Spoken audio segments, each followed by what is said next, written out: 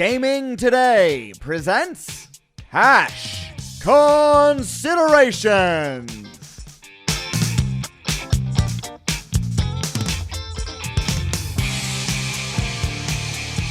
Welcome to the Cash Considerations podcast. Today is Thursday, January 28th. It is the first week without a football game this weekend. But, the Senior Bowl doesn't count, so no real football game. But we're going to talk about football. We're going to talk about many different things tonight. We got sports happening and all kinds of other things. So without further ado, let's bring in the boys. We got at Carl Haskell. We have producing the show, I am Reynolds 2305. And now writing a column in the Gaming Today. Congratulations there. We'll get to that. Myself, I am Dave Sherapin at SportsBK Consig. And tonight's guest, staying with us for the whole show and up late back east, he is Brett Smiley, the editor-in-chief of Sports Handle. And you can follow him at sports_handle or Brett Smiley for a verified but super lame feed. Brett Smiley, that's how you'll be referred to as now on. How are you tonight, sir? Welcome. I am doing great. I'm excited to be here. I'm ready to go. Okay. Let's do this. All right. So the format of the show for the listeners that are new, we do an interview here. We're going to talk Smiley, all Smiley, where he's been, what he's doing, and where he's going. Then we're going to just talk about some football. The Super Bowl's this week, just in case anybody, or next week. But we're going to talk Super Bowl briefly. We're going to get into that next week more.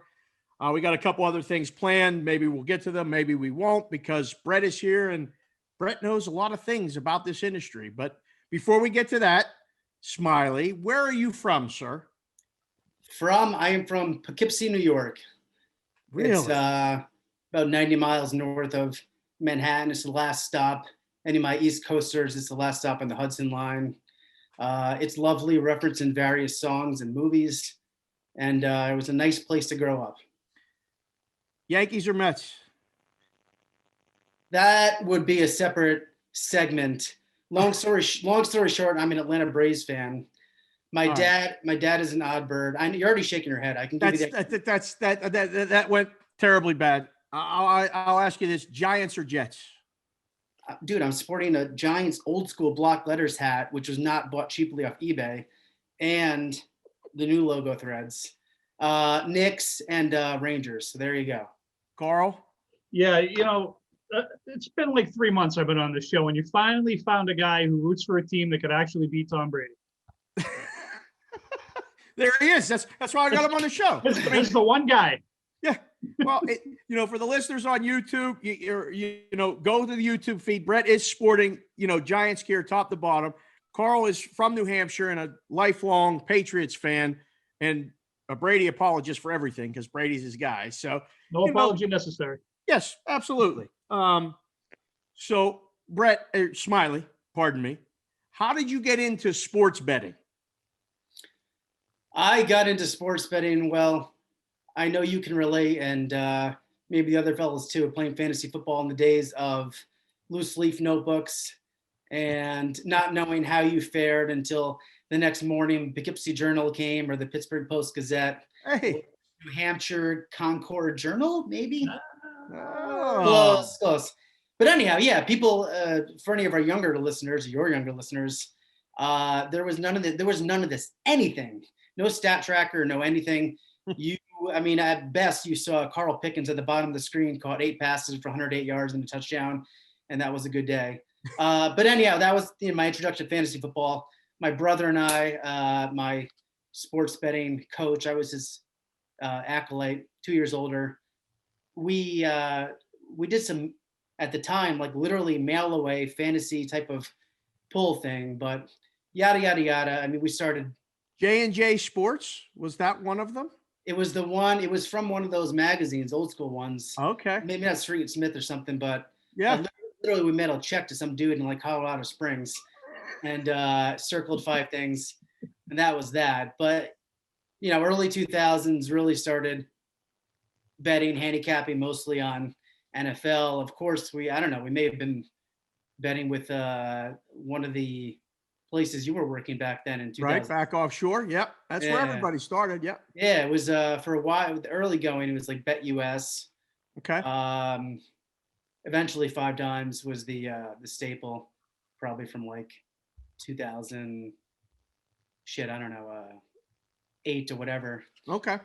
So before you got into all of that, or even after or while, you have a law degree. You're a law. You were a lawyer. Like, do you miss being a lawyer at all? Where you're at now? No, resounding no. It was second. I only went to law school because I didn't know what the heck to do after college, where I majored in drinking and pre-law. So my brother had gone to law school, and it was like 2005. Well, the economy hadn't really cratered yet, but anyhow. So also my parents are Jewish, and I am Jewish too. So you're either an entertainer, a lawyer, a doctor, and that's pretty much it, or a fuck up. Or schmutz. Yep. Yeah. There you go. Is full-fledged cursing allowed in this program or not? Absolutely. 100% clear. Yeah. So I went to law school, and I didn't do a whole lot of work. I knew probably 6 months in that this was not the path for me, but I was already kind of pot committed with the student loans. So I saw it through, and then I passed the New York bar, fortunately, and that was another story. So you do the law thing, and you go, all right, this isn't for me. So you go to being a writer. Was that the next step? You start writing about sports?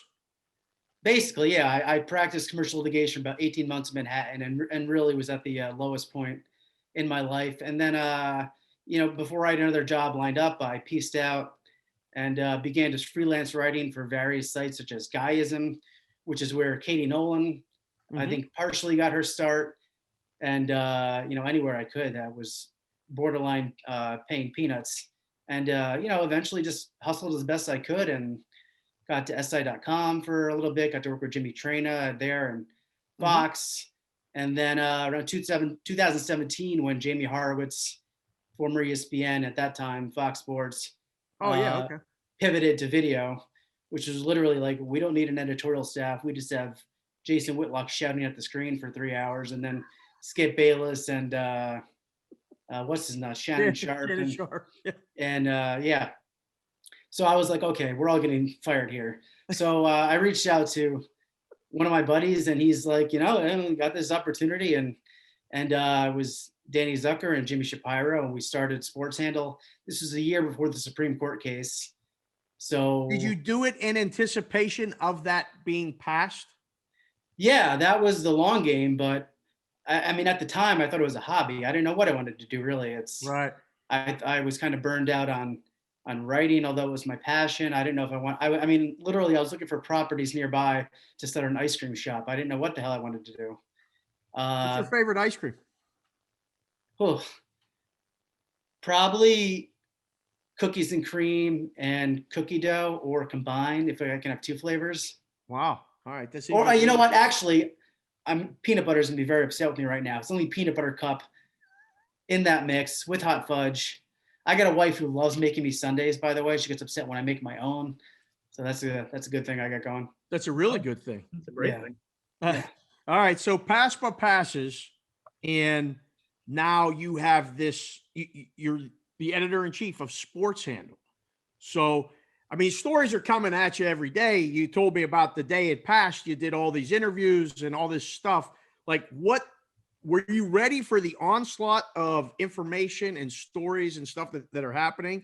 Or has it been like, whoa, like now, because if you go to the site, you do state stuff, state by state and what's going on. Now, where are you at with Sports Handle, and where do you see this going?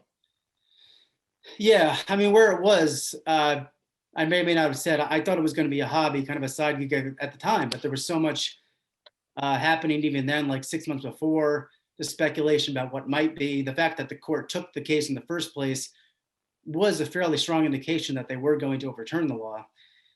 So it kind of pressed the gas a little bit. And then, at that time, it was at the end of 2017, I think also, it was still in advance that hired Jill, who's been phenomenal. Anyone who reads the site is familiar with her. Yep. She's great. She's our deputy editor now. And then, I don't, we just tried to cover the space honestly and earnestly and do real reporting, and built a little bit of credibility and snowballed. And, I do mostly editing now, a little less writing, except when something gets me fired up. But it's you can go to @Brett Smiley to see other stuff that gets you fired up too. That's a good place to follow that. But yeah, as you know, as any of your listeners know, there's not a slow news day. I mean, just Monday, the dump is I don't know, Bally's bought Monkey Knife Fight, which is clearly a sports betting play, and Caesars is something else, and the amount of mergers and acquisitions, and DraftKings going public, and Flutter, with stars. There has been. It's, I like to be busy because I get in trouble when I'm not busy, and we've been busy. It's been great. What's the biggest challenge in covering this industry as far as because you kind of have a news guy approach, like you just said it, you cover it honestly, but you're not kissing anybody's ass. Like you want to tell the story and you get the facts, but what is your biggest challenge as opposed to sites and things that, oh, we can't talk about this, or, well, we better not write this because it'll upset our partners or anything? What's your biggest challenge at Sports Handle? I was in a conversation about that with a subject I covered. I'm not going to name at this point, who was very unhappy with our coverage. And the allegation that this person made is that your site is involved in affiliate marketing, which we are, that we are monetized primarily by commissions from the different sports books that people go through when they access our site. However, I have complete latitude to cover whatever we want, whatever is newsworthy, relevant, whether it's flattering or not, to anybody who may or may not be one of our partners. I mean, I guess that's kind of a challenge. People are going to think what they want, and I know there's no shortage of people who shit on us on Twitter because we happen to work for an affiliate site. But welcome to the club. Shit, Twitter might as well be a shitter. I mean, it's where everybody shits on everybody. So yeah. Yeah. So that's that. But I mean, that's just something that needs to be dealt with, and it is. You just need to get over it. But other than that, sometimes it's a grind covering certain stories that involve a lot of research and whatnot. But once you see the other side and the product is done, that's all good. So just staying on top of everything, that's a challenge, but a good one. All right. You got to tell me about this contest and this routine that you do. Everyone has a gambling story and makes plays and gets in contests and picks. And I mean, you and I met via Twitter, and then we connected and we started talking. Now we text and we, go back and forth. And I've asked you to be on the show multiple times, and you couldn't do it because we were going to talk about the games and about opinions and about things. And you're like, no. I got to wait till the season's over. I'm in this thing. And then I couldn't understand what it was until I understood what it was. And then I was like, oh, I get it. He's in the contest and he can't jinx it. So tell me about the contest, the routine to get the picks, and then ultimately what happened at the end. Anyone who's superstitious listening gets it. I was on a bit of a heater in this contest. It's called the Twins Pick 'em Pool. It's twins because I am short and stout, although I'm on a stool right now. You can't see it, but it's 5'7" and some nice broad shoulders and some pretty firm thighs, I should say. Thanks. But anyhow, and it's my buddy from college. He's 6'4", so that's why it's the Twins, the movie. There you go. Yes, thank you. There we go. Vito Schwarzenegger twins. Yeah. Fantastic. So it's we capped it at 50 something guys because we want it to be attainable. I don't have any desire to be collecting funds from that many people. It's pick 6. So it's obviously one more than the super contest or circa, with one key pick that is worth 2 points. I love that. It's our 7th year. I actually won it the 2nd year, used the proceeds to procure Boomer Smiley, who is apparently upstairs with my wife. The dog. That's the dog. Yeah. Oh, it's And people don't know that, Brett. You got to tell them it's the all dog. right. Well, I mean, Boomer's up there with your wife. Like, does Boomer what are you talking about? Does Boomer sound like something other than a dog? Well, I guess Boomer is sized, and that's fair. Could be anything. There you go. Boomer. Yada, yada, yada. Nobody wants to hear about my fantasy team, but I was Listen, doing... David Wells. David Wells comes to mind. Fair enough. All right. So I was doing, I had a really good season. I think I sent you my stuff when I was about midway through. It was at like 64%. Obviously, Smoking. that was not sustainable. Long story short, I was in the running. I had a lead. I lost the lead. I shit the bed down the stretch. I needed to go like 3 or better the last week. I did. I tied for the championship with last year's winner. I'm shocked that he was back up there. The Doug Peterson game with Washington, where he decided to put in Nate Sudfeld, that played a small factor. Had Philly covered, it would have been a 3-way tie for first, which would have cost me about $700. But it was not. So that was still ridiculous because I mean, I might have given that up for the Giants playoff appearance. I think I would. But anyhow, I brought visual aids for other parts. Yes. This is my belt. Oh, It's a title belt. It's engraved. You know, it's no joke. I send weekly newsletters, and as you know, I'm a talented writer, so they're enjoyable for everyone. They are. And I'm gonna wear that every Sunday. I won 5G. I bought a generator, which barely pays for the whole thing. That's part of being a 30-something-year-old father. What's the routine to get the picks? That's the story of this whole thing. Yeah, you're probably say right. to you, I'm going to talk to you on Saturday, and you're like, no, I got things I got to do. What are you doing Saturday before you submit those picks? Well, I'll call you Forrest Gump before we start. Go ahead. Let me back up, because when we first started corresponding, and it's a shame that we haven't gotten to hang out in Vegas yet because of once in It's a coming, century, baby. It's once coming. in a century pandemic, but I'm going to get that shot in the arm soonish. But anyhow, my son is two years old and change. And I wrote before he was born what my routine is for preparing for every week. And it starts with, Football Outsiders. I read the audibles, and then Rich Highbar, and then Evan Silva, and then this podcast, that. My time is obviously more limited now because the son is mobile, very mobile. Yes. And so the majority of my research occurs on Saturday when I do what is now called the pod-jog, which means I run on the treadmill, which has seen better days, for 2 hours, alternating between writing speed, which is around 4.2, and listening speed, which is like 6. So it's like a 10-mile run I do every Saturday. And I have to use pencil now because there's so much sweat involved, and the pen doesn't pick up. And then, I stopped doing that around week 11.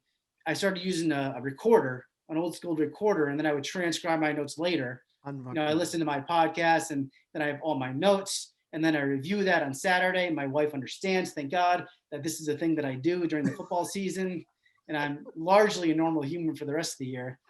So, I say, you got football time tonight? I'm like, yeah, football time, accomplish that. I'm at 9, I'm going to be on the phone for 45 minutes, yada, yada. So we're in a bunch of pools together, but this is the pool that is just me. And I'm now a co-champion. I wish I were an outright champion, but fuck it. It's my belt. I'm going to send it back. That's it. It's it. It's mine. So I got to ask, because if does the Cash Considerations podcast make the run or no? Yes. You're full of shit. I am full of shit. You weren't listening to the picks. Well, no, because you're doing the picks and I can't listen to the picks. God damn it. Carl was hot, baby. He was smoking on the way down. Well, but that's the thing. It became my own thing. I don't want to be influenced by other people's picks. I developed my own routine. I transcribed. I sweat. I bled a few times. Need new shoes. And no, there was 3 or 4 main podcasts, and then you guys are part of the other rotation, which is the leisure listening during like the week. Yeah. And you're trying to fall asleep. Yeah. Yeah. 11 to 12 when Rainy Moods isn't doing the trick. It's the kid to bed, the wife's falling asleep, one little nightcap. Let's put Dave and Carl in my ears, and I'm gone in 10, 15 minutes. Exactly. Thanks, Smiley. You prick. All right. I got nothing else right now. I got some other things planned here, but Carl, do you have a question for Mr. Smiley right here? Yeah. So kudos to you for not breaking your superstition while Dave's trying to get you on the show, right? And I'm like that too. Now, this is from when I played baseball, you couldn't cross the bats on the bench. When I play golf, sometimes you walk up to the green and you got two clubs in your hand. They have to be separate. You can't cross those. Are you superstitious like that all the time, or is this just a Saturday thing and a not listening to other people's picks thing?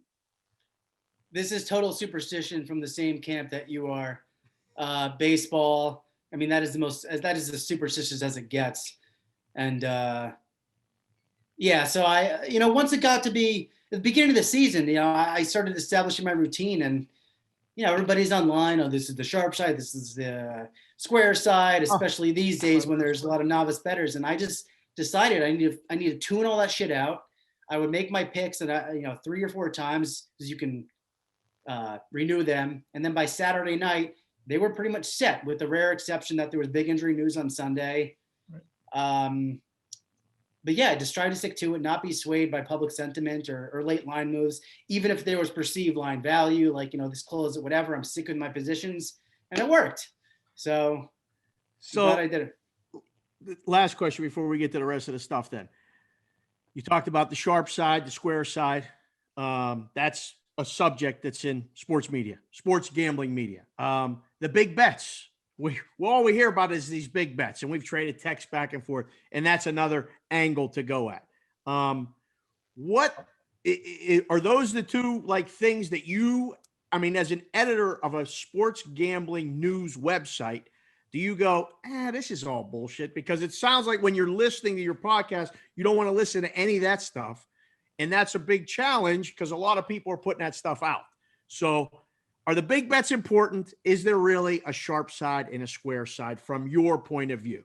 Important? Absolutely not. Is it interesting? Yes. To a lot of people. Gambling Twitter, as we know, is a very vocal minority. Not happy about much in life or in gambling. But when people I know Purdom is taking shit, and I don't like to see that. And Ravel, he takes shit. I do like to see that. Yes, I mean, some of it's basically glorified marketing. It's the people who are making these enormous bets are not your so-called sharps. They're just somebody who happens to have $130,000 that wants to bet on the Chiefs money line, and good for them. But listen, people like to know that shit. So if that's what they want, it's not harmful to anyone. I don't really think. It's so I don't think there's that much of a downside. It's if people want to consume that, then I say have at it, Hoss. Okay. All right. That's Brett Smiley. He's the editor-in-chief of Sports Handle. You can follow him at sports_handle or at Brett Smiley, SMILEY, for a verified but super lame feed on Twitter. Can I did that as my line. I want to expound on that for anybody. Go ahead. Not on YouTube. I'm crossing my hands. What's happening is the Sports Handle account, founded in 2017 of May, is rapidly gaining followers, while the Brett Smiley account is precipitously falling, coinciding with certain remarks about a former president, in large part, and also because most of my feed is just retweets, and generally a desire to spend less time on Twitter. But yeah, so I basically anything semi-interesting I have to say, it's usually from the website account, not my own. So you're probably, if you're going to pick one, follow that one. There you go. All right. Before we move on, I just want to circle around again at Carl Haskell, HASCALL on Twitter, at I am Reynolds 2305. I am at Sports BK Consig. I also want to mention that the Gaming Today subscription is $185 a year. You get award-winning content, analysis, stats, picks, casino industry news, and more. You get a Don Best feed with real-time lines and scores from 6 Vegas sportsbooks, links to casino deals and sportsbook app signups. You even get the Gaming Today newspaper in digital form. Just go to gamingtoday.com/register. For those of you that did not hear, Gaming Today was sold. It's going to take a new look, which when this podcast drops on Friday, the site will look different. There's going to be a bunch of changes. I haven't been exactly informed of what, but I know it's going to change. Contact support at gamingtoday.com as well if you have any questions there. All right, fellas, we got a football game to talk about. It's the Super Bowl, and the line is 3. Kansas City -3. The total open 57 is a lot of 56.5, some 56s around. Side total. Just real quick, your first thought, Brett. You're the guest. You know, I know you didn't run yet. I know you didn't put no plays in yet. I'm just asking you, what's your first thought when you see the line? I appreciate your the note that I had not done my full pod jog yet or fully crystallized my thoughts. It's always different when you have this week in between. And honestly, I don't even know, is the Pro Bowl happening this year? I don't even know. Carl, do you know? Is the Pro Bowl happening? It is a virtual Pro Bowl. I think Virtual. they're mixing in some Madden stuff and things like that, and some kind of like celebration or something. But there's no game.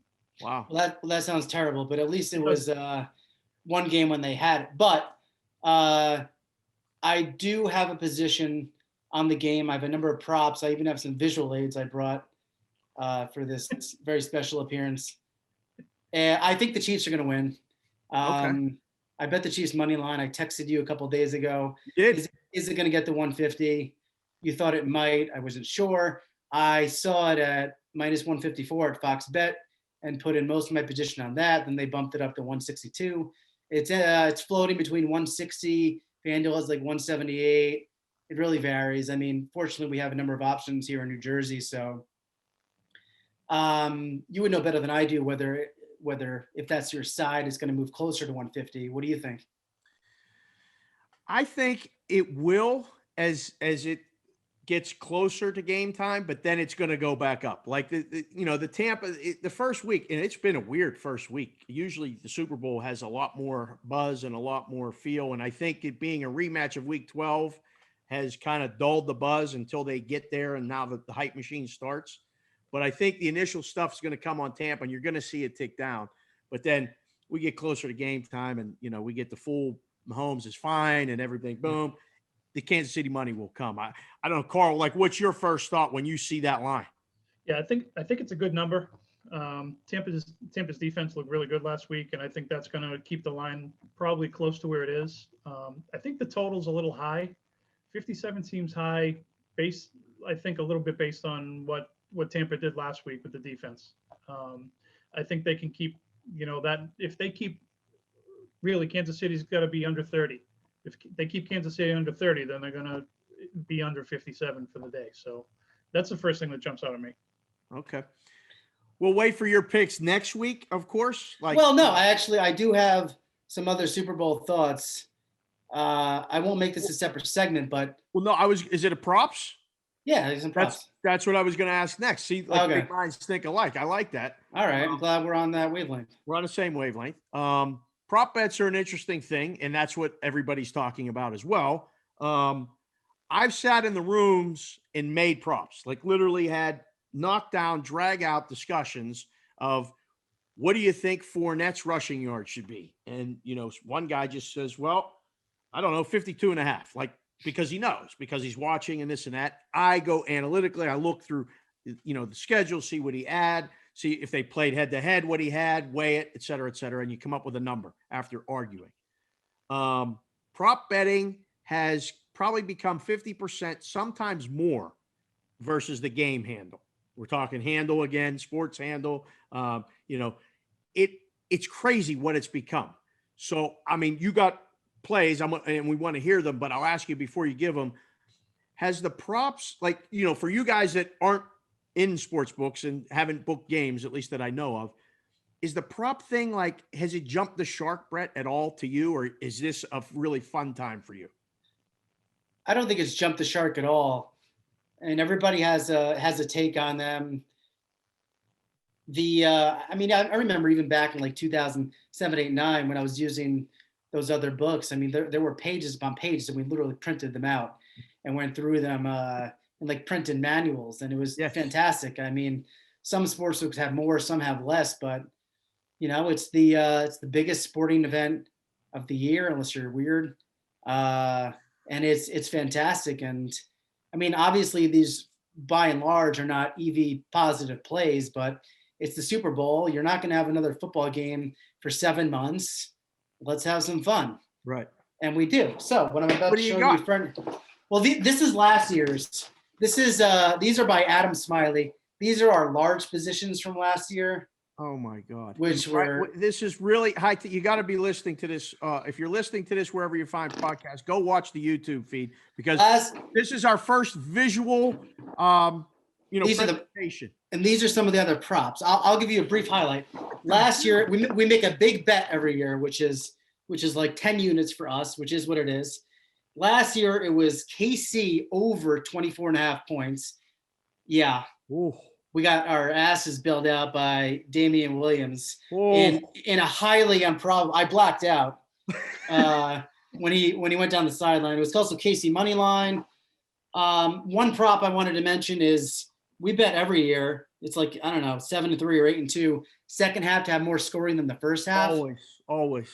Thank you. And it's usually it's around minus 130 and 140, but it's always underpriced. You got to bet it early when you see it because yes, exactly. It's always underpriced. Go ahead. Because it'll go. We got it last year actually 110, but it does go out to like 160, like you said. Yes. So everybody should hit it probably in the next couple of days when that one comes out.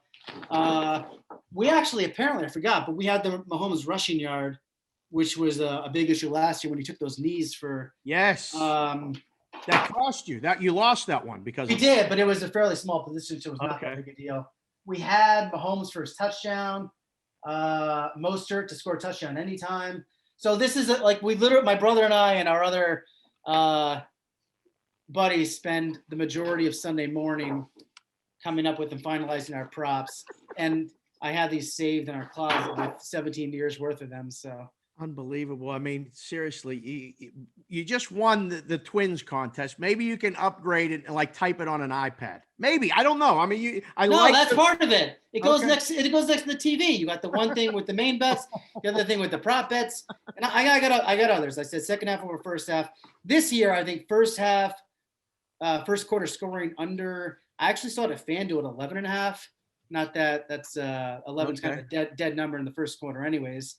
But it was down a field goal. That's going over. You like that under? Brady Super Bowls. I'm not a big trends guy, but there's been like a total of 10 points in the first quarters of his Super Bowls. I don't know why, but they're slow starts. And But you got to throw all that shit out, don't you? Like, I mean, so when we look at trends and stuff like that, he's on the Buccaneers now. Like, let it go. Like, Carl's still holding on to the Tom Brady and all this other shit. Like, one more game. Different. What? I'm holding on for one more game. No, I get all that. And like I said, I preface by saying I'm not big on trends. And obviously, the Chiefs were there last year, so there's not much of that. They're going to be nervous narrative, but it's the freaking Super Bowl. And they have been historically slower starting. Okay. I'm going to be on that. I will tweet it when I win it. And then when it blows up in the second half, it's going to be bathing like Scrooge. Carl, do you look at props? I mean, like you now have it right there in New Hampshire. You have DraftKings and their menu's deep. I mean, is this something like you're looking to peruse or is this just another game and you're going to just touch and hit a couple things at all? Yeah. So a couple of things. First of all, we definitely have to step up our graphics game after that display right there. I mean, I don't know if I have to go to Staples this week and get some poster board or something for next week's show, but we definitely got to step up our graphics game for the Super Bowl. The props, I think they're there because they draw in the non-fans. How long is the national anthem going to be? Well, is it going to be over or under 2.5 minutes? That's the type of stuff that you don't have to know anything about the game to get in on, right? But the rest of this stuff is, there can be a fluky, is a safety going to be the first score of the game? Right? Yeah. Happened. Well, cost the books a ton of money when it did happen. Right. So little things, I still like the same prop bets that you have all season long. First touchdown, over-unders on yards, things like that. Some of the other stuff, like Smiley was just saying, some of the other things like second half over first half and things like that, there can be some value there. Am I going to spend a lot of time on it? This year, maybe I will, because I couldn't really last year. Right. I already know, I think what my total number is going to be. I already know what my spread's going to be going into Sunday. I don't think much is going to change this week. So yeah, I probably will spend a little bit of time on some props, but nothing outrageous, I don't think. It's crazy to me because I've sat in the room and taken the prop bets for weeks, for 2 weeks. I mean, you take them all season, and contrary to some people's belief, they're not much in handle. Like overall, they're just not much. Like there's just too much, and like they're little bets, and the guys that are betting them, you have to take one bet and then move the number to a price with juice, or move the yards, and they don't bet it again to keep them off. So there's not that much. But the Super Bowl props are unbelievable because you won't this year, but people come to Vegas and like line them up, and they just go through these sheets and they make play after play after play after play. And it's nothing to type out, 28 bets. AB told a great story at Percent Berg about typing 62 bets at $5 a piece. And the best part of the story was the guy didn't have cash. He said, "Do you take credit cards?" He had to void all 62 bets after he typed them. It was his entire shift he had to do that, void, go home, because it just started during the day, ended, the shift was over at night, you're gone. But you do all this stuff. The single biggest handle prop every single year is the goddamn coin flip. Every single year, I've taken a $50,000 bet on the coin flip. It's insane.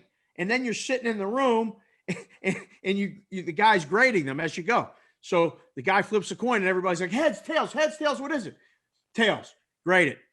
Last year it was like, fuck, we're down 38,000. The game hasn't started yet. We're down 38,000. Like, it's that fast. So I don't know if I'm just jaded, if I've been in it too long. Like the props, I like to look at the cross sport props. That's the ones I like, where we look at, somebody's shots on goal and, Ovechkin's shots on goal versus receptions by the backup tight end, like 2.5, 3.5, whatever. Like, so that's the fun stuff for me. I don't know about the props, but we're going to have a lot to talk about. And, you, Smiley, are going to have to tweet. Are you going to tweet from the @sports_handles one or the @Brett Smiley one if these win? I haven't decided yet. It'll be one or the other. I'll decide. Well, I'm going to turn the tables. You knew I was going to do it at some point. Yeah. Is there any value to be had in any of these props? You mentioned the cross sport. I don't really like to do those just because I don't know. But where is there value to be had, if anywhere? So tonight, after we record the show, I'm headed down to the Westgate because there's a guys down there right now that have already done their own numbers, and they show up down there to fire $2,000 a prop. You get to bet 2 bets and go to the back of the line, and it rotates. And I know almost every one of them. They have the value. What they're doing now is betting a lot of these props under. Everyone else, you'll see some adjustments when you wake up tomorrow. A lot of the books that copy the lines, because they still copy the lines in a lot of places in Vegas, will have adjusted their numbers based on what went on tonight and what will go on in the morning at a couple other books in Vegas. Your value will be, you'll see, if you look tonight before you go to sleep, take note of some bets, print the lines out. You'll see the adjustments tomorrow and Saturday. Those bets are the plays. And what these guys do every year is they bet the unders now, and they watch for 10 days get driven up. And when the books go up again, just like GameStop, they'll come back and bet more on the under. So it's going to be hard because the total's 57. Both teams score. Like, the books are going to need every prop for every guy under, whatever it is, rushing yards, receptions, rushes, each guy, whatever it is, they're going to need under. That's where the value is. But, a couple years ago when the Super Bowl was a ridiculously high scoring game, they got killed. The sharp guys, the wise guys, the rhombuses, I like to call them, whatever shape they are, they got destroyed.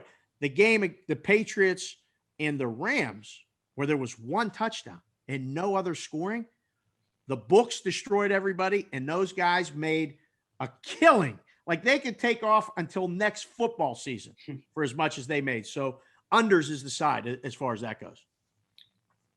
but there'll still be value there when Joe and Dick wake up, or is it all taken? No, when you listen to the show, a lot of the books it'll still be there, but you'll see if you're able to compare lines and check lines, it'll be there tomorrow. It won't be there after the weekend because once those plays get out, I mean, these guys have a guy here, they have a guy in Jersey, they have a guy in Mississippi, they have a guy in Indiana. Like now that it's in places all over the states, these groups have people that have taken flights from wherever they live, or if they're here. I got Jersey this weekend. I got Indiana this weekend. I got Beau Rivage in Mississippi this weekend. So the word is out.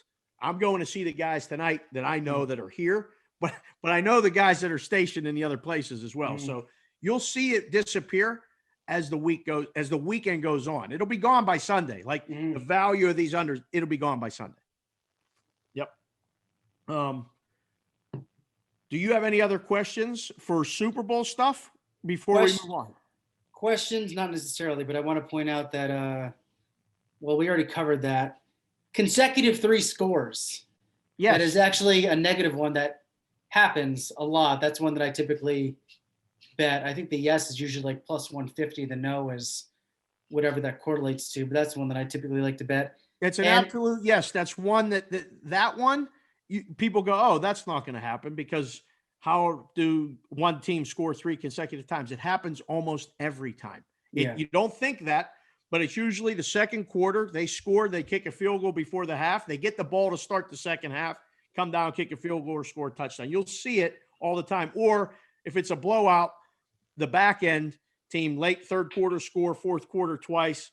It happens all the time. It doesn't usually happen in the first quarter, but it happens in those sequences. That one and the under 1 yard touching. Exactly. The 1 yard touchdown under 1.5 yards. That just seems to happen often. That's one I always bet too. If you can get a like minus 120, that's tremendous because that one, that typically one goes down to 150. Right. Yeah. The only ones that bet that it's going to happen are the sharp guys, the value side. The books need that every single time. And now the way the game's called with interference, there's a pass attempt. Guy gets interfered with in the end zone. They put the ball on the 1 yard line. Exactly. Yeah. Brady's going to sneak one in, or they're going to hand it in. Like there's a 1 yard touchdown almost every game. So with a game in a total of 56.5, yes, I would bet that there's going to be under 1.5 yard touchdown for sure. Good stuff, man. That was good. Like he came prepared, Carl. You gave me a couple. I did. I got visual aids. I got notes. It's really impressive. Yeah. So a couple quick shout outs for the boys. At Brad Howe, he does Game Within the Game. Him and I do that on Mondays. He does it with Julian Edlow from DraftKings on Thursday. I just wanted to mention him and listen to his show. Follow him on Twitter. At Newbie Talks, big friend of the show. He does a look inside the book every Thursday with me on WEEI in Reading. And, we had a good one today. He actually played the song again, the Sixers song for me and Norm. And he mentioned Carl, but it's not the right way. So wanted to mention that. And then I also, again, wanted to shout out Reynolds for the article in Gaming Today. Well done, sir, with that posted. All right. Real quick, we just got a couple other segments here to mention before we get to the end of the show. Wait, can I stop you there? Please do. He's taking over the show, Reynolds. Go ahead. I'm not done with the Super Bowl. I have one more question. It's a question, please, for you and Carl. Yeah. How concerned or not are you about the Chiefs' offensive tackle situation? I'll let you take that one first, Carl. I think I'm concerned a little bit based on, I said it earlier, based on what I saw from Tampa's defense this past weekend. Green Bay's got a pretty decent offensive line, and they got to Rodgers a lot. So, I'd be a little bit concerned if I'm Kansas City. Somebody traded text with me today, and the question was, with the tackle news, is it coming off a 3? And I said, man, not yet. But if somebody comes in with the bag, it's going to. You can't move it on that. But is that going to – they're concerned about that in Kansas City. There's no question. And the way JPP it felt like he was in the backfield the entire game, especially, Kansas City started slow like every game in the past 8. They're down. They're the in-game betting dream. If they get down and have to pass, like it's completely taken away that they're running, they could be in trouble. So I don't know who the backup is. Yes, it's a little bit of a concern, but they have an extra week to get it right. Right. And add a protection guy, put someone there to chip and all that stuff. So they're going to get him help. I trust Reed to fix it, but yeah, something to think about. I mean, would it affect you, like in your thinking? If I were playing left tackle? No, if you were betting the game. That was an attempted humor. No, that is one of my main hesitations with it. I mean, it's after you just laid the Kansas City money line, you're not really really concerned. That was a real hesitation. It was they don't have one but 2 backup tackles. Yeah, that's no joke. It's Fisher is solid. He's been there, and Mitchell Schwartz. They had to move Remmers, who was a giant a couple of years ago and not terribly impressive, left tackle, and I don't know, some rookie out to right who's had a few games out there. But Mahomes obviously has mobility, and I don't think anyone can cover Kelsey or Tyreek. So I have confidence that their offense, and again with the 2 weeks to prepare, Andy Reid will scheme up enough. Yeah. And so that didn't get me off the Chiefs, but it definitely is concerning, and I wanted to know, as the guy behind the book, how concerning that ought to be. It will have no effect with anyone behind the book or moving the number. Or the first concern is he really bad? And if so, how much are they coming to tell us they're bad with a big bag? Like if it's just a little bag, then you're like, they're coming with the big bag and limits are up. I mean, Circa opened on Monday and said, we're taking $100,000 today. That was Monday. So usually you take, regular limits, maybe 50 dimes a game up till the first week. And then you kind of open it up. They said, fuck it. We're taking 100 dimes today. So by the weekend, it's probably going to be $500,000. And I would not be surprised to see the announcement on Twitter that Circa's taking $1 million, maybe by this weekend. So again, it's going to, anything's possible. It's the Super Bowl. It's the last shot. Like you said, it's the last football game. The books know it. You know it. Everybody plays extra. Limits open up, and here we go. So I have a note here to talk about the NBA, but like most NBA games, you only watch the last 4 minutes. I mean, we're not basketball guys. Carl's not really a basketball guy. I'm not really a basketball guy, but I have to be because of the business that we're in. So I kind of adopted the NBA, not college basketball. But I mean, look, you're in New York. All right. I mean, the Knicks have been bad. When's the last time you were interested in the New York Knicks? Seriously. Linsanity, the Carmelo Anthony season that they were the 2 seed, and 1999. Those are the last 3 times that I was invested in the Knicks. It's been brutal. Knicks fans all know it. Just the James Dolan era has been a total disaster. But I have been watching this year. There's a little bit of excitement. Thibodeau. Are they going to make the playoffs, Smiley? I don't know, but Thibodeau's got him playing. No. Yes, they'll be the 8th seed. Oh, Reynolds put it in the notes. Smiley said at about 48-minute mark, the Knicks are going to make the playoffs. Listen, we'll retweet that shit if they do. I said 8 seed, but you can leave that out if they do make the playoffs. That's fine. Just make the playoffs. It's unbelievable. Exactly. Yeah. Carl, do we have to? I mean, you're an Eastern Conference guy. You're Boston Celtics. Like the Nets, it's a done deal. Like it's not a done deal, right? That's all everybody keeps telling me. Oh, the Nets are going to represent the East. Like, stop. No, any team with Kyrie Irving, you have to pay attention to what's going on behind the scenes. He's going to implode. Something's going to happen. They'll finish in the 3rd or 4th seed place and be done after 2 rounds. He's just, you can't. Who gets the 1 seed in the regular season in the East right now? Just January 28th. We're just talking. What do you think?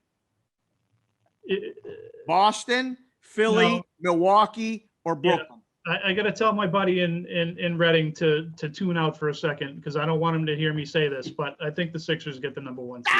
Play the song. Play the song. Play the song. Great. Play the song. Right. I'll take the Celtics number 2, but Philly's just, if Embiid's going to continue to take 60 free throws a night, they're just going to run away with the number 1 seed. Does anybody flop better than that guy? Like, seriously, he's a big, tall, strong guy. He gets blown over. He looks like he got hit by a hurricane every single time. Like, seriously, it's enough. I mean, he brought soccer to the NBA times 10. Like, I mean, guys are diving. It's really, it's annoying as hell. But, all right, that's it for the NBA talk. Let's move on to our NHL pulling the goalie segment, where you get the last 2 minutes of the game, you're down 1, you got to pull the goalie. So we got about 2 minutes. I just have one thing, and I'll throw it to you, Carl.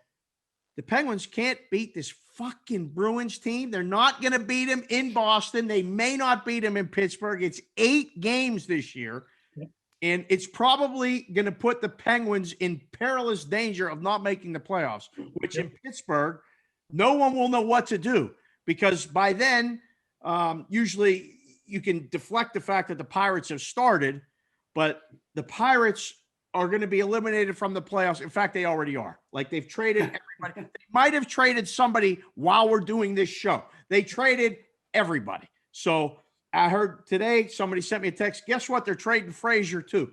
He's the only guy left like on the team that's a major leaguer. So like shit, they're gone. The Yankees got Talion. The Yankees, Cole and Talion are going to be like the Yankees 1 and 2 starters. They were Pirates a couple years ago. Fuck it. They're all gone. So, Carl, what do you think about, hockey right now? Yeah. So first of all, you just said the Penguins can't beat the Bruins in Boston. It's been, I think, 5 years since Pittsburgh's beaten the Bruins in Boston. That long? Well, but hold on a second. You know how long it's been since the Bruins have beat the Penguins in Pittsburgh? How long? 5 years. It's a home and home. Like, why do we not know this for betting? What the hell? I just heard it last night. Both teams are undefeated at home against each other for the last. It was minus 120 tonight. You don't show me the text. Unbelievable. God damn it. Well, the cat's out of the bag now. All these people listening to the show, now it's going to be juiced every time at home. So do you think that streak will end? The Penguins aren't winning in Boston this year, but will the Bruins win in Pittsburgh this year? Yes, no. Yeah, they're hot. They're looking really good right now, and they're getting the best player back on Saturday. No shit. Pasternak's coming back on Saturday. He's good for a half a goal, at least a game. So, yeah, they're going to win in Pittsburgh this year. Oh, God damn it. All right. Well, we got a lot of baseball in that hockey segment, so we covered that as well. I'm wearing the Bucko hat backwards.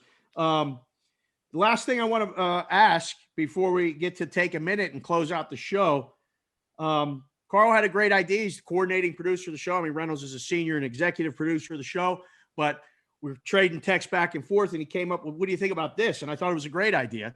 So we'll go to you first, Smiley, because you're our guest. The best sporting event that you saw ever in person, so that's the first part A of the question. Part B is, did you have action on it?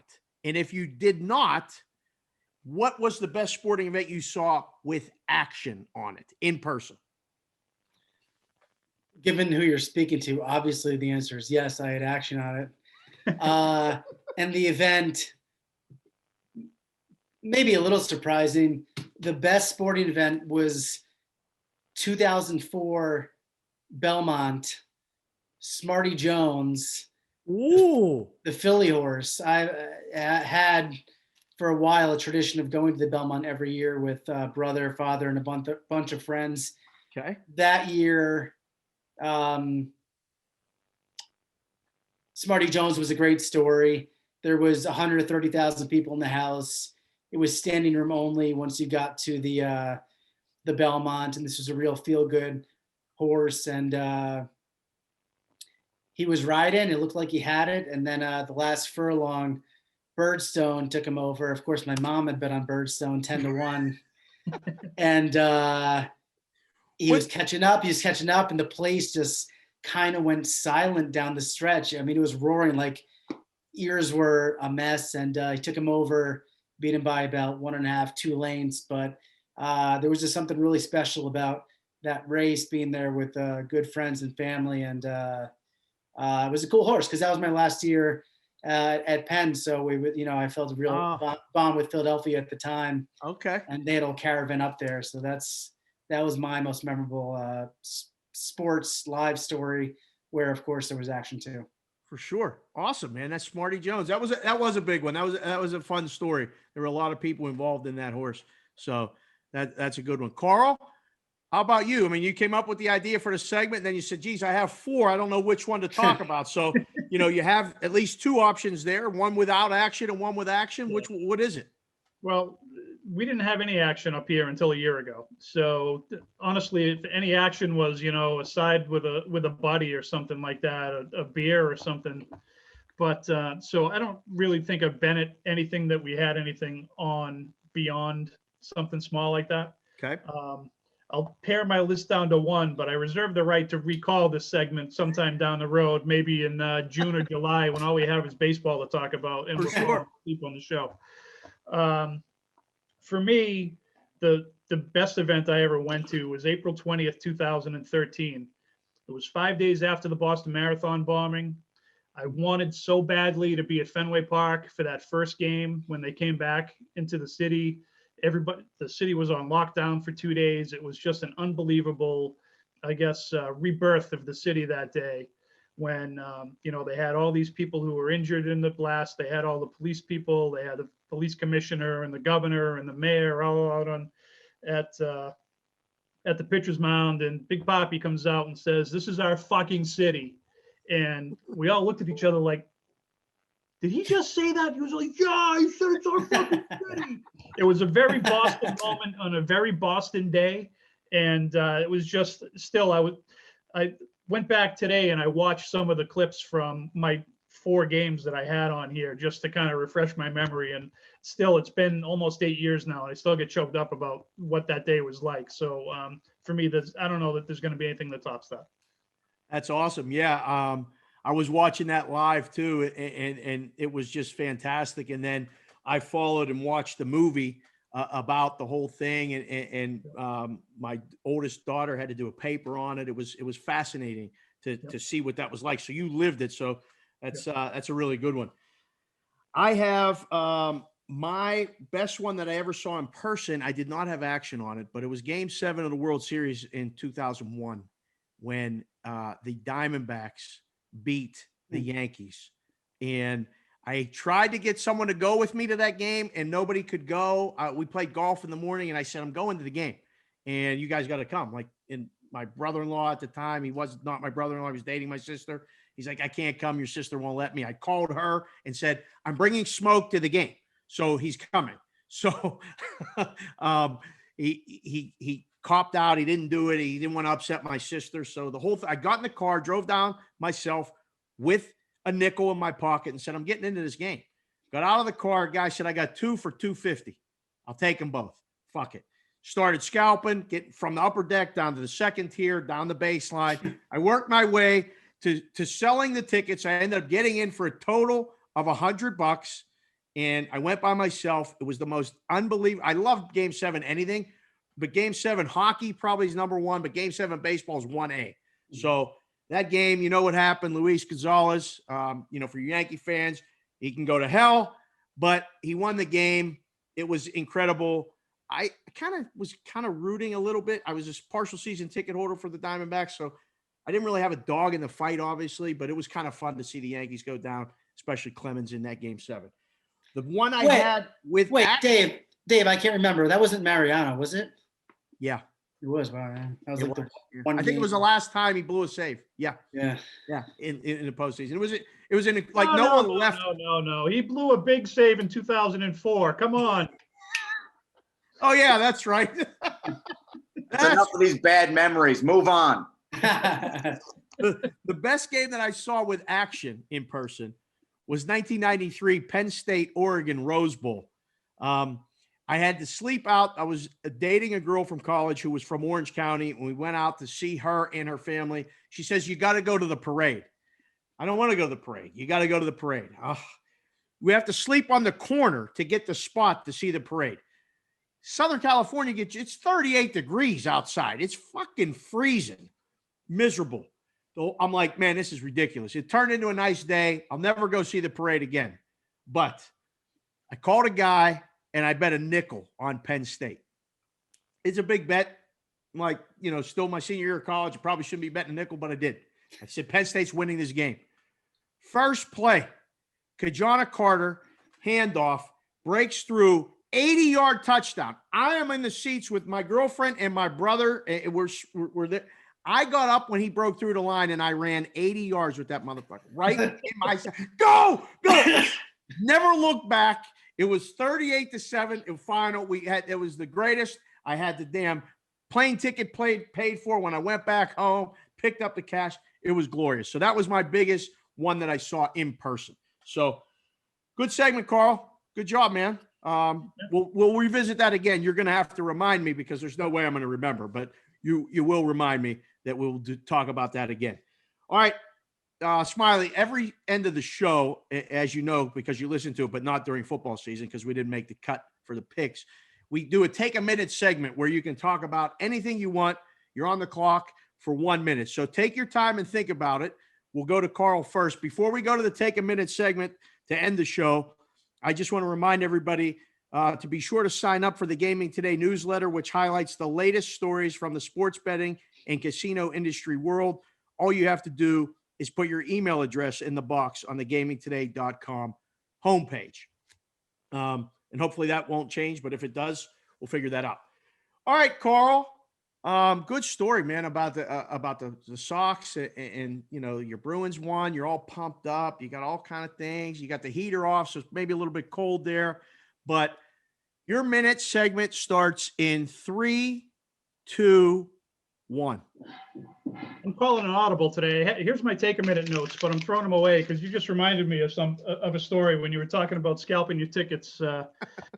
My senior year of high school, me and my buddy Rob, right at the very end of the senior year, we're wearing our baseball jackets, our leather jackets. We got the big P on the front. We go down to Fenway. It was supposed to be 3 of us. One of the guys backed out the last minute, so we had 3 tickets. And we decided to upgrade. We were supposed to sit in the bleachers. We said, you know what? Why don't we get rid of our 3 and just buy 2 and get some better seats? So we find a guy, and back then there were guys all over the place. We spent, I don't remember what we spent. We bought 2 tickets a lot closer to the plate, and we had our 3 tickets. So this guy walks up to us and he says, "Hey, you selling?" I said, "Yeah." He says, "What do you got?" I said, "I got 3 bleacher seats." He says, "How much you want for them?" I said, "I don't know, like $20. He goes, "All right, $20. And he pulls out his wallet and he goes, "You ever been arrested before, son?" I said, "Whoa, what do you mean? You ever been arrested before? The tickets are worth $50. We're getting rid of them for $20. What do you mean I've ever been arrested?" He said, "You can't sell them for anything outside of the park. I want you to walk down the street. The first guy you see walking with his kid, I want you to hand him your tickets." "All right, sir." "Yes, sir." So we go and we hand him the tickets. We go to the game. Next day, we're in class. The guidance counselor comes into the classroom and says, "Excuse me, Mr. Fay, can I see Haskell for a second?" Pulls me out into the hallway. He says, "You and Prudy go to the Red Sox game yesterday?" I said, "Yeah, we were at the Sox game." "How did you know that?" He said, "My brother-in-law's a cop outside of Fenway, saw a couple of guys in leather jackets, and it said it had to be him." So not only did I get busted by the guy outside of Fenway, I also got busted by my guidance counselor the next day. What a goddamn parlay that is. Yeah. I mean, the odds of that happening. Still listening. The odds of that happening are insane. I cannot even believe the guy busted you. At least he let you walk down the street and hand them to somebody. Yeah. But you can't even do that shit anymore. Nobody has cash. You can't even get tickets outside the buildings anymore. Yes. Everything's ticketless. I went to a Knights game and I went outside to try to buy tickets. Everybody's like, "We got to go to the thing and download the app and then transfer the app to your app." I said, "Well, who's paying?" He's like, "Well, you got to do a debit card." I said, "Get the fuck out of here. I'm not, what are you talking about? I got 300 cash on me. I can't take that." He's like, "No." All right. I can't even get into the game anymore. So all that's done. Great story. All right. That's your 1 minute. Brett, Smiley, he set the standard here. It's 1 minute. It's on the clock, but I'm going to bet the over, just knowing, your lack of brevity and everything else. 3, who you need to wave them off. I'm waving away the wife. She's coming downstairs. I told her. She can pop in and say hello. That's fine. No, she's not saying hello. She's Right. We'll give her a minute too. What the Yeah, hell? whatever. Yeah, come on in. Listen, Everybody no, gets she She doesn't get a minute. But All right. actually, I got a visual aid, so I need 5 seconds. I was prepared for this. Okay, get your visual aid. Here we go. My God, he actually prepared with a visual aid. Somebody on this show should. I'm telling you now, right now. I've been thinking about doing it for a while. I let it go a little bit with the stories decent enough.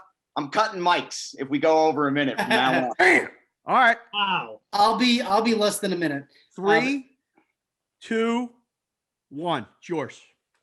Dave and I had corresponded previously. He's a big dog guy, and he was familiar with my guy Chief, Bulldog, who we lost in early October. I didn't tweet or Instagram or any of that shit about it because honestly, it just didn't feel like something I wanted to do. But this is Chief. Chief. He raised my wife and I from the time I was 24 to having a child, now 38.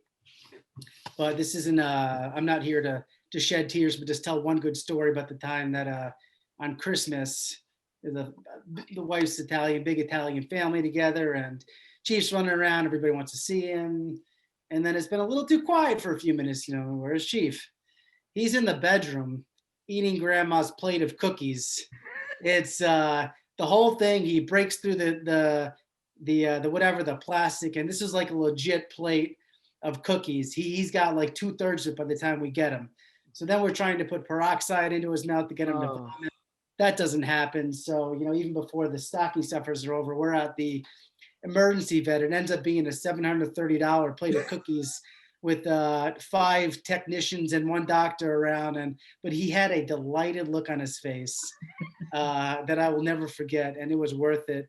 But he was my first dog, and we're going to miss him, but he was terrific. And, Dave, we had talked about him a little bit and just wanted to pay a tribute somewhere. So That's awesome. Never be forgotten. Beautiful. Hail to the Chief, baby. Hail to the Chief. That's good. That was you and the wife's first purchase together. That. We were together just over a year. She had just moved into my 500 square place in Manhattan. And once you get a dog, you better marry this girl or, at least establish custody rights. And so we did. And he was there for the engagement and not the wedding. That's another story, but right. Yeah.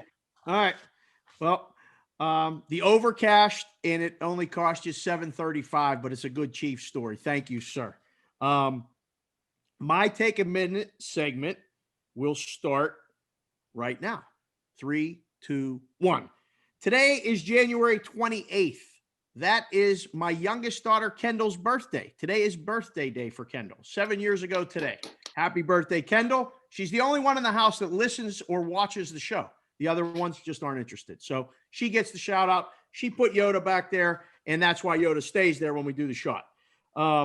So I remember the night she was born. I was sleeping on the couch watching Pitt and Syracuse play. My wife wakes me up and says, "We got to go to the hospital." I'm like, "Not right now. It's the second half." She's like, "We're having the baby. Let's go."